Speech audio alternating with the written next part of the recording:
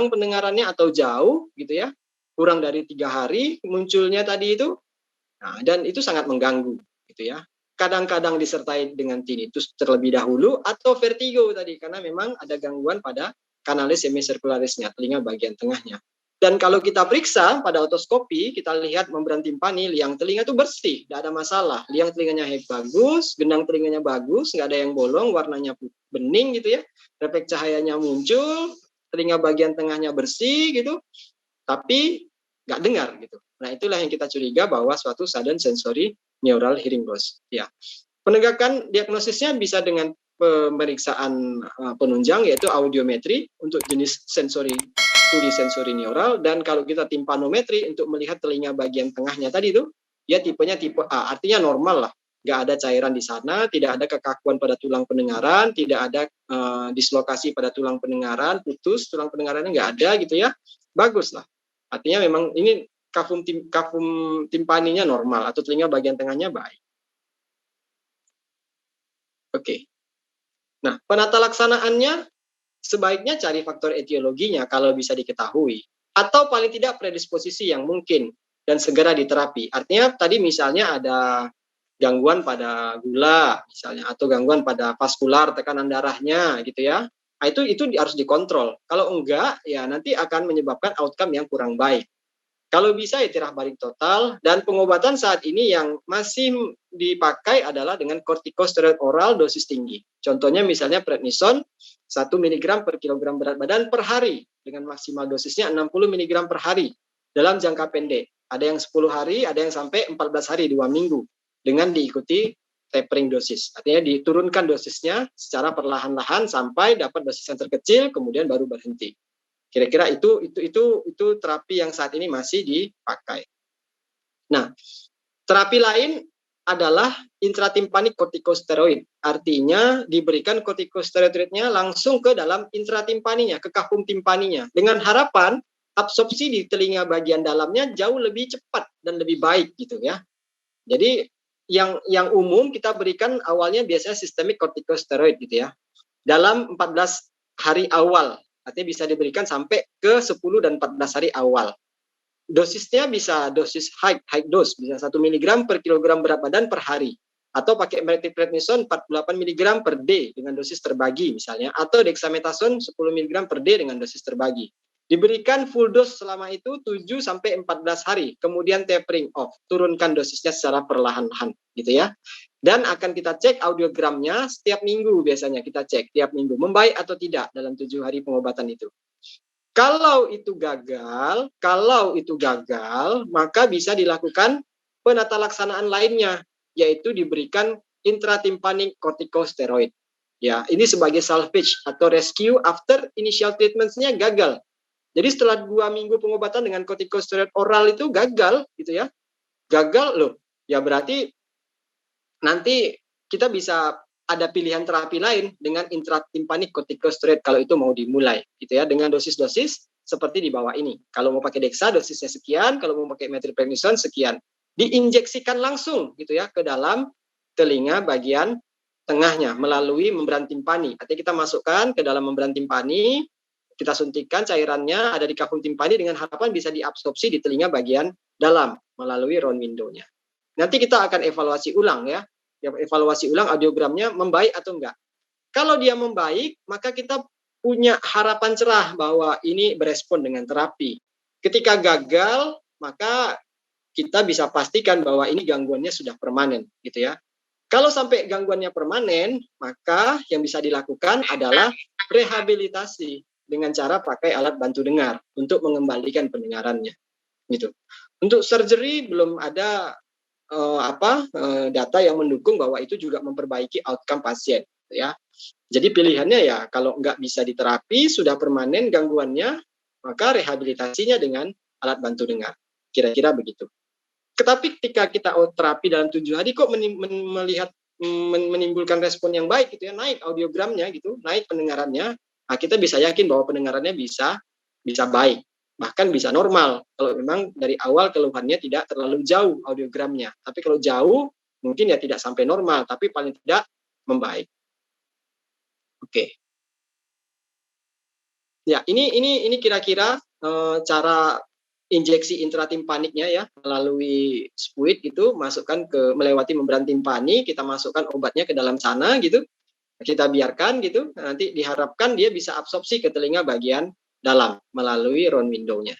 Ya, oke, supaya bisa masuk ke koklear. Kira-kira ini yang dilakukan atau pilihan untuk intratimpanik. Biasanya kita pakai tadi tujuannya untuk rescue, untuk salvage ketika initial treatment-nya gagal.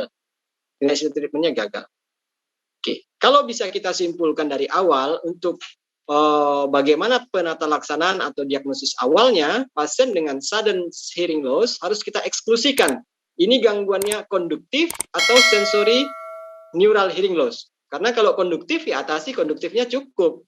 Serumennya dibuang, membran timpaninya yang bolong bisa ditambal kembali, misalnya ada infeksi ya diatasi infeksinya, ada cairan di telinga bagian tengah dikeluarkan cairan telinga bagian tengahnya, infeksi telinga bagian tengahnya diatasi gitu, itu bisa baik, jadi pendengarannya bisa kembali. Tapi kalau ini bukan suatu konduktif hearing loss yang dibuktikan tadi dengan pemeriksaan audiogram bahwa ini suatu tipe sensori neural, maka kita bisa turun ke algoritma berikutnya, gitu ya. Algoritma berikutnya, confirm bahwa ini suatu sensori neural, ya.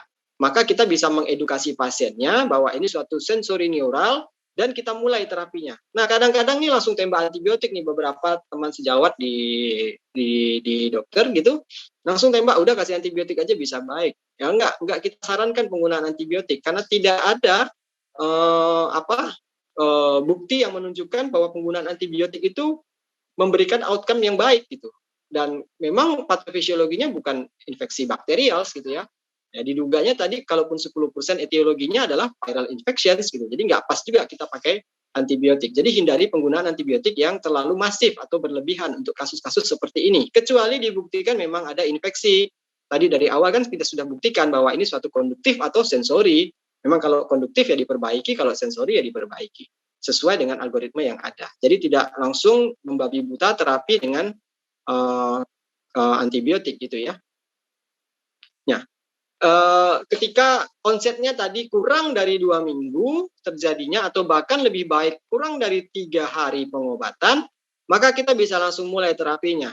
Ya, kita langsung mulai terapinya. Teman-teman sejawat yang ada di daerah misalnya tidak punya audiogram tapi keluhannya kok khas sekali gitu. Dengan garpu tala bisa disingkirkan bahwa ini suatu sensori neural, nggak usah tunggu audiogram. Mulai aja terapinya karena kita berkejaran dengan waktu gitu ya. Kita sangat tergantung dengan waktu mulai terapinya. Jadi nggak usah berkecil hati buat teman-teman sejawat yang ada di daerah, saya nggak punya audiogram dok, bagaimana untuk membedakan diagnosis ini? Nggak usah, dari anamnesisnya sudah jelas gangguan dengarnya khas sekali, secara tiba-tiba kurang dari 3 hari munculnya, kemudian tidak ada faktor pencetus lainnya gitu ya, diperiksa dengan pemeriksaan fisik sederhana dengan otoskopi liang telinganya baik, gendang telinganya bagus gitu, refleks cahayanya muncul. Teman-teman kalau ada garpu tala silakan digarpu tala, kalau nggak ada garpu tala ya sudah, mulai saja terapinya dengan kita anggap dengan sudden sensory gitu ya. Karena lebih baik begitu dibanding kita biarkan konsepnya terus berlangsung terjadi, kita kehilangan waktu, outcome pasiennya gangguan dengarnya permanen. Sayang kan gitu, gangguan dengar permanen itu bisa mengganggu kualitas hidupnya. Tapi kalau kita bisa memperbaiki, kualitas hidup pasiennya jadi lebih baik. Nah, yang terbukti sampai saat ini membaik dengan terapi adalah corticosteroid intrasistemik atau intratimpanik gitu ya. Nah, yang lain adalah hiperbarik oksigen terapi. Ya, kalau nggak punya ya berarti tidak bisa dilakukan hiperbarik oksigen terapi. Biasanya kita pakai hiperbarik oksigen terapi ini juga kalau initial treatment dengan sistemik corticosteroid gagal gitu ya. Nah, kita bisa pakai hiperbarik oksigen terapi. Ya, jadi dasarnya adalah dengan penambahan tekanan oksigen dalam suatu ruangan tertentu, meningkatkan konsentrasi oksigen 2-3 kali lipat dibanding tekanan normal, itu terjadi absorpsi atau masuknya oksigen yang tinggi ke dalam tubuh gitu ya. Ini merangsang nanti regenerasi dari sel-sel yang mungkin diduga awalnya rusak gitu ya dengan proses oksigenasi tersebut, merangsang growth factor, merangsang stem cell untuk kembali meregenerasi sel-sel yang rusak gitu ya. Nah, pengobatannya selama 14 hari tadi. Dan kita bisa evaluasi tadi ya, pasiennya 2-6 minggu dari onset awalnya. Jadi kalau mau baik sebetulnya dari mulai di terapi atau onset awal 7 hari kita evaluasi, kemudian 7 hari kita evaluasi 2 minggu sampai ke 6 minggu evaluasi. Kalau dia recover sudah berarti selesai. Kalau belum recover harus kita evaluasi ulang apa masalahnya gitu. Atau kita cari terapi tadi misal baru pakai kortikosteroid sistemik, maka bisa ganti dengan mungkin intratimpanik misalnya atau dengan hiperbarik gitu ya. Nah, kalau tidak juga membaik, maka kita curiga ada sesuatu hal yang lain terjadi. Maka kita butuh pemeriksaan lanjutan. Apakah ini ada gangguan pada sentral otak, neuroma akustik misalnya, gitu ya, atau hal yang lain. Nah, kita butuh pemeriksaan lanjutan seperti MSCT, MRI dan yang lain-lain. Tapi untuk awal nggak perlu CT scan, nggak perlu MRI. Itu kira-kira.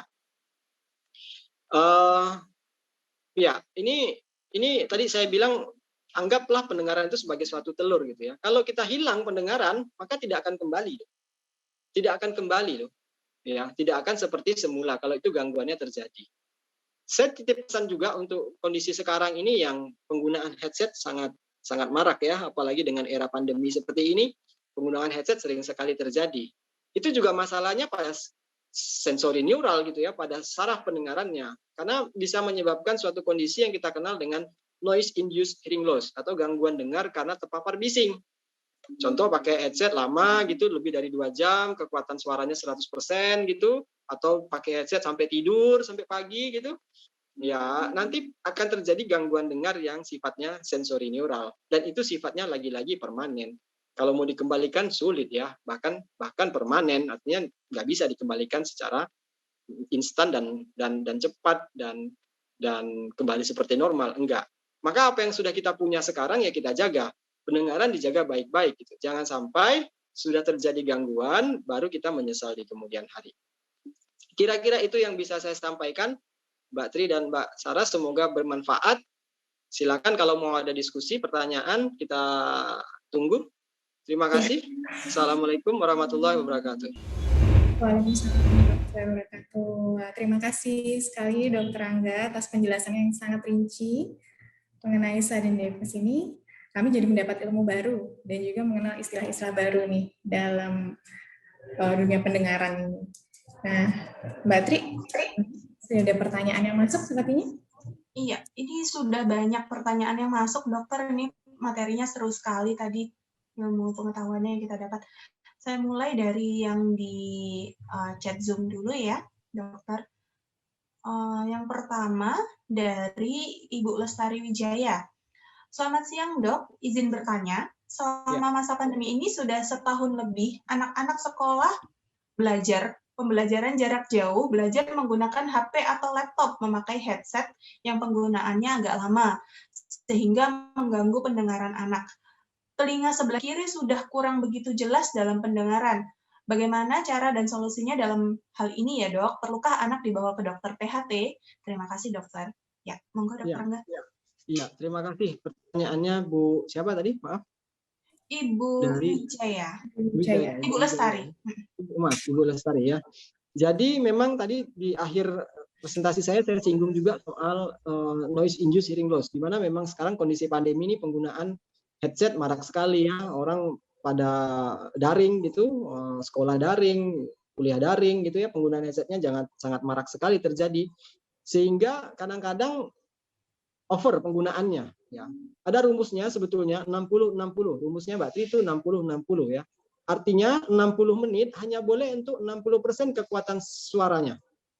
Jadi kalau kita mendengar dengan headset atau earphone lebih dari 60 menit, misalnya kuliah 62 jam gitu, ya jangan sampai 100% dong kekuatan suara yang ada di gadget gitu. Karena nanti akan bisa menimbulkan suatu kondisi yang NIHL. Dan sekali lagi, kalau sudah jadi NIHL, maka kemungkinan besarnya adalah permanen sifatnya. Nah, Bu Lestari, kalau memang ada gangguan pada anaknya, pendengarannya, sebaiknya kita memang periksakan, Bu, ke THT ya. Kita lihat masalahnya ada di mana. Apakah di luar, di tengah, atau memang di dalam tadi sesuai dengan kondisi yang menggunakan headset, gitu ya.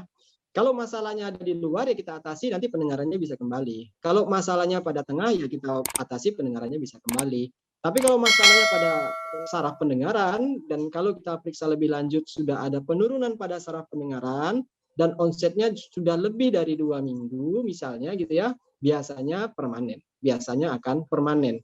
Kalaupun mau kita bantu gitu, tapi tetap dengan outcome yang kita nggak terlalu berharap bahwa itu bisa bagus gitu ya, syukur-syukur bisa baik ya. Ini juga biasanya NIHL ini terjadi pada pekerja-pekerja di pabrik gitu Mbak Tria, misalnya paparan bising gitu ya, suara mesin gitu, itu terjadi. Cuman di era pandemi sekarang ini sudah bergeser tuh, bukan lagi pada pekerja-pekerja di pabrik itu, tapi lebih banyak ke pelajar, mahasiswa gitu ya, yang memang menggunakan headset. Jadi saran saya kalau menggunakan headset ya 60-60 rumusnya. Kalaupun tidak, ya nggak usah pakai headset, pakai suaranya dinyalakan saja, itu jauh lebih baik gitu. Kira-kira itu yang bisa saya jelaskan. Iya, terima kasih dokter. Berarti kalau memang sudah ada keluhan, baiknya memang segera diperiksakan ya dok ya, sebelum terlalu terlambat untuk penanganan ya dok. Iya Mbak. Betul. Baik. Iya. Rasanya cukup jelas ya pertanyaan dari Bu Lestari. Mungkin bisa lanjut ke pertanyaan berikutnya, Mbak Saras. Iya. Ini dokter, ada pertanyaan dari Facebook nih dokter, dari Ibu Maya Kusuma. Nah, beliau ini saat ini sedang mengalami rasa sakit di telinga karena radang tenggorokan. Dan sakitnya ini nggak hilang, lebih dari 2 minggu nih dokter. Bahkan kalau telinga dan tenggorokan sakit sampai terbawa ke kepala, jadi terasa pusing dan berat. Nah, sudah minum obat pereda nyeri dan radang dari bidan, tapi masih tetap aja terasa sakit. Nah, pertanyaannya nih dokter, apakah harus ke dokter THT nih dok? Dan apakah sakit yang dia rasakan atau beliau rasakan ini, nantinya bisa berakibat pada pendengaran telinganya? Iya. Terima kasih Mbak Sarah. Jadi Bu Maya, memang betul gitu ya. Ada hubungan antara hidung, telinga, dan tenggorok, makanya THT gitu ya. Hidung, telinga, dan tenggorok dihubungkan oleh saluran yang namanya tuba auditoris atau tuba auditiva gitu ya. Nah, letaknya ujungnya satu ada di telinga bagian tengah, ujung satunya ada di belakang hidung dekat dengan tenggorok. Jadi kalau kita ada radang atau infeksi pada hidung ataupun tenggorok, bisa saja infeksi itu berlanjut ke telinga. Biasanya masuknya ke telinga bagian tengah, sehingga masalahnya ada di telinga bagian tengah. Sakit, ya sakit memang, karena telinga itu bagian dari tulang kepala, sehingga sakitnya ya juga sakit kepala. Kadang-kadang pasiennya sampai migrain, satu sisi telinganya misal satu sisi yang sakit kepala yang hebat, buka mulut juga sakit gitu ya. Memang bisa terjadi hal yang seperti itu. Jika memang masalahnya pada telinga bagian tengah, kalau memang betul ya dari hasil pemeriksaannya ada telinga bagian tengah yang terganggu, ya diobati sesuai dengan etiologi tersebut. Radang tenggoroknya harus kita obati, misalnya pileknya yang jadi faktor risiko harus diobati. Nanti juga akan membaik dengan sendirinya pada bagian telinga tersebut, gitu ya. Kalau nanti infeksinya, radangnya yang terjadi pada telinga bagian tengahnya bisa baik, maka pendengarannya bisa kembali normal. Asalkan tadi tidak berlanjut ke komplikasi. Kadang-kadang muncul komplikasi pendengaran, ada infeksinya jauh tuh ke sensori neural, artinya jatuh ke telinga bagian dalam. Atau maaf misalnya sampai membolongi gendang telinga infeksi tersebut, sehingga gendang telinganya bolong, ya itu pasti gangguan dengarnya akan terjadi jauh lebih lama meskipun nyerinya atau infeksinya sudah membaik. Tapi karena sudah ada bolongnya, maka bolong itu butuh waktu untuk kembali seperti semula. Kalau sudah kembali, maka pendengarannya mungkin bisa kembali gitu. Tapi kalau masih bolong, ya pendengarannya akan terganggu. Sebaiknya memang cek lah ya ke dokter THT saja, biar nanti dicek apakah masalahnya pada telinga bagian luar, tengah, atau dalam. Baik, terima kasih banyak dokter. Ya, jadi untuk Ibu Maya, segera periksakan diri ke dokter THT. Ya. Saya lanjut ke pertanyaan berikutnya ya, Mbak Saras ya. Ini dari Dr. Megawati Wijaya. Selamat siang dokter, izin tanya, selama pandemi ini, ada anak didik saya yang merasa tiba-tiba ketika bangun tidur kurang dengar, seperti ada sesuatu yang masuk ke telinganya. Baru 3 hari yang lalu, terutama pada telinga kanan. Bagaimana cara dan solusi untuk hal ini? Apa harus langsung ke dokter spesialis THT? Karena baru ke puskesmas. Terima kasih dok. Iya, terima kasih dok pertanyaannya dokter. Jadi memang ya mungkin saja dok, kalau dari yang dokter katakan bahwa pendengaran itu terjadi secara tiba-tiba, memang gangguannya awalnya mungkin bervariasi antara satu orang dengan orang yang lain. Ada yang tidak dengar sama sekali, bahwa mungkin pendengarannya jauh jatuhnya gitu ya. artinya dia sampai ke tahap yang profound hearing loss atau memang derajat berat, jadi dia nggak dengar. Atau memang gangguannya ringan tadi, jadi rasanya sensasinya ada sesuatu pada telinga, berdenging, berdengung, ada sesuatu nggak nyaman, rasa penuh gitu. Nah itu juga mungkin pendengaran yang terjadi adalah gangguan dengar yang terjadi belum berat gitu, mungkin masih tahap yang mild atau moderate atau bahkan moderate severe gitu ya. Jadi kalau dari yang dokter katakan kehilangan pendengaran atau ada sesuatu tiba-tiba gitu di telinganya nggak nyaman baru 3 hari, ya ini sesuai dengan kriteria diagnosis untuk sudden sensory neural hearing loss, dok. Jadi memang solusinya ada baiknya coba kita audiometri, kita rekam aja, dok. Kita rekam pendengarannya bagaimana gitu ya. Pendengarannya, apakah memang betul penurunan pendengarannya ada di 3 frekuensi lebih dari 30 dB, maka kita bisa confirm ini suatu sudden sensory neural hearing loss. Kalau masih dalam 2 minggu, dok, kita masih ada punya kesempatan untuk memperbaikinya. Tapi kalau udah lebih dari 2 minggu tadi, ya persentase untuk membaik jauh lebih kecil, dok. Meskipun mungkin saja, tapi agak sulit gitu ya. Kalau masih dalam rentang 2 minggu dengan pengobatan yang baik, kita bisa recover, dok, untuk pendengaran tersebut. Syukur-syukur tanpa diterapi bisa recover spontan, karena memang bisa terjadi recover spontan gitu. Tapi paling tidak, kalaupun tidak ada recover spontan, kita bisa mulai terapinya dengan baik, dok. Kira-kira itu jawaban saya, Mbak Deh. Iya, jadi ini masalah waktu sangat berperan ya, dok ya. Jadi sesegera mungkin dilakukan terapi untuk ini ya, untuk penanganannya agar saya tidak setuju ya. Karena kita memang tergantung waktu onset dan mulai onset dengan mulai treatment itu penting. Baik, terima kasih Dokter Angga. Ya, Mbak Sarah silakan. Ada pertanyaan lain? Ada nih dokter, ini ada pertanyaan selanjutnya dari Ibu Mei.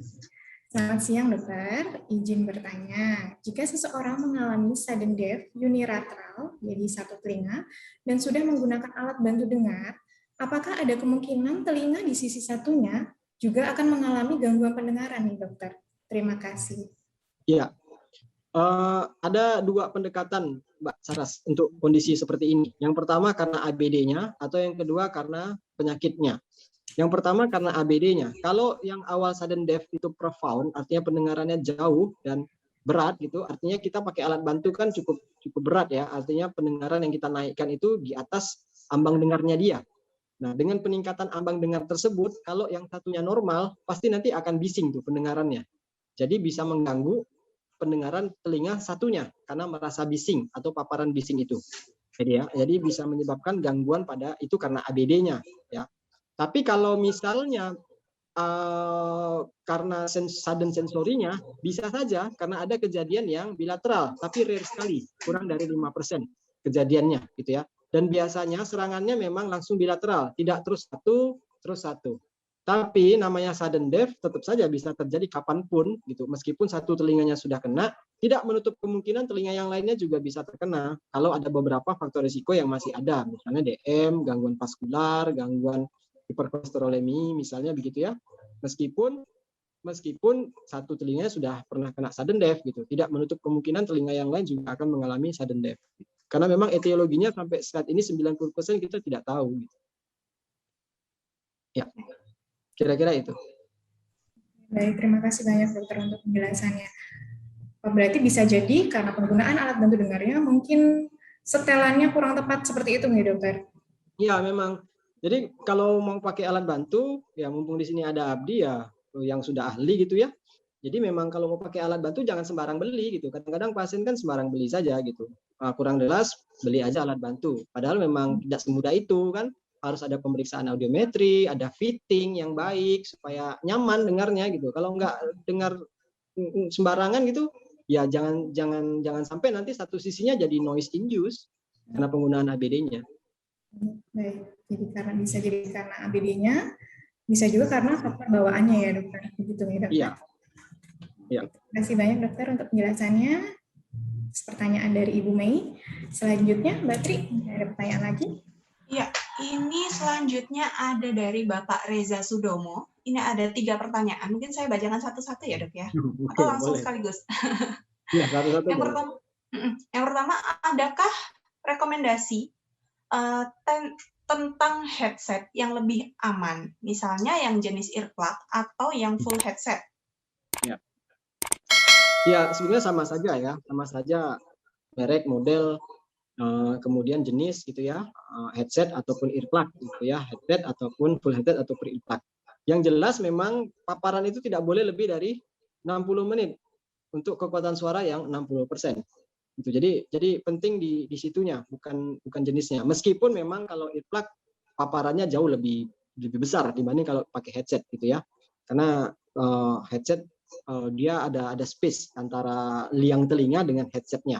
Kalau earplug kan langsung masuk gitu ya, artinya paparannya langsung ke telinga, bagian liang telinga, langsung ke gendang telinga, langsung ke saraf pendengarannya. Jadi sebaiknya memang bukan pemilihan itunya yang penting, tapi penggunaan atau manajemen waktu dan besaran bunyi yang harus diatur. Kira-kira itu. Ya, berarti bukan masalah Bapak Reza, ini berarti bukan masalah jenisnya ya, bentuk headsetnya seperti apa, tapi lebih ke berapa lama penggunaannya dan seberapa keras suara yang diterima. Ya, Seperti itu ya, pakai Dok? headset, ya, pakai headset tapi 2 jam, 3 jam gitu sama Ya, aja gitu ya. apapun jenis headsetnya ya, Dok ya. Ya. Oke, baik. Pertanyaan kedua, gejala sudden deaf itu termasuk seperti inikah? A. Sering tidak mendengar istri bicara dalam jarak 2 meter, padahal menurut dia suaranya sudah keras. Atau B. Bisa mendengar ada instruksi dari istri untuk beli barang tertentu, setelah dibeli ternyata salah. Padahal saya yakin mendengarnya sudah dengan jelas semua instruksinya. Gitu, Dok. Ini sudah termasuk pertanyaan yang ketiga, Dok, berarti. Ya. Jadi ini ada satu penyakit nih Mbak Tri ya, namanya presbikusis gitu ya, presbikusis atau gangguan pada pendengaran pada usia. Itu tipenya adalah sensori neural memang ya. Jadi pendengarannya terganggu. Pertama dari suaranya, yang kedua dari katanya. Jadi kadang-kadang pada pasien dengan presbikusis itu mendengarnya tidak utuh.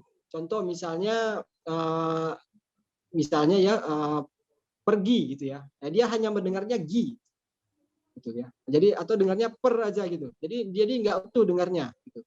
Makanya sering merasa salah gitu ya. Sering merasa salah apa yang dikatakan dengan apa yang didengar gitu. Karena dia tidak mendengar secara utuh kata tersebut. Kira-kira itu. Kalau emang itu kondisinya betul presbikusis gitu ya. Atau yang kedua misalnya memang ada gangguan dengarnya, tapi tadi misalnya gangguan dengar yang terjadi itu cukup berat sehingga dia nggak bisa mendengar dengan jelas. Tadi jaraknya 2 meter kan, harusnya dalam 2 meter itu cukup bisa terdengar dengan baik gitu. Cuman kok nggak jelas dengarnya gitu ya. Nah, itu juga bisa mungkin ambang dengarnya jauh gitu. Memang jauh gitu ya. Atau memang nggak karena gangguan konsentrasi kali ya. Nggak dengar jelas dengan baik. Memang pembuktiannya kalau mau bagus ya dengan audiometri kita buktikan saja pendengarannya sudah baik atau belum. Kalau emang pendengaran audiometrinya normal, ya berarti nggak ada masalah soal pendengarannya. Mungkin masalahnya pada konsentrasi tersebut kira-kira. Dan tapi kalau ini termasuk gejala sudden deaf, bukan. Sudden deaf itu tadi saya katakan sekali lagi, pendengarannya terjadi hilang secara mendadak, tiba-tiba kurang dari 72 jam gitu ya, atau dalam 72 jam awal dari onset kejadian. Jadi kalau merasanya Bapak tadi merasa kok hilang pendengaran Pak Reza ya, menghilang pendengarannya tiba-tiba dalam 72 jam itu ya kita bisa suspek ke sudden sensory. Tapi kalau penurunan pendengarannya terjadi secara gradual, pelan-pelan gitu ya, ya kita nggak masuk dalam kriteria itu. Mungkin gangguan dengar tipe lainnya atau jenis penyakit yang lain. Kira-kira itu. Baik. Atau bisa jadi suaminya pura-pura nggak dengar nih, Dok, kayak gitu. Kalau itu biasanya Mungkin, gradual ya, Dok ya. Mungkin juga ya. Pura-pura tidak dengar juga bisa. Iya. Ini ada bukan pertanyaan tapi sapaan dari Dr. Damayanti Sucipto. Selamat ya, acaranya sukses lancar dengan topik menarik.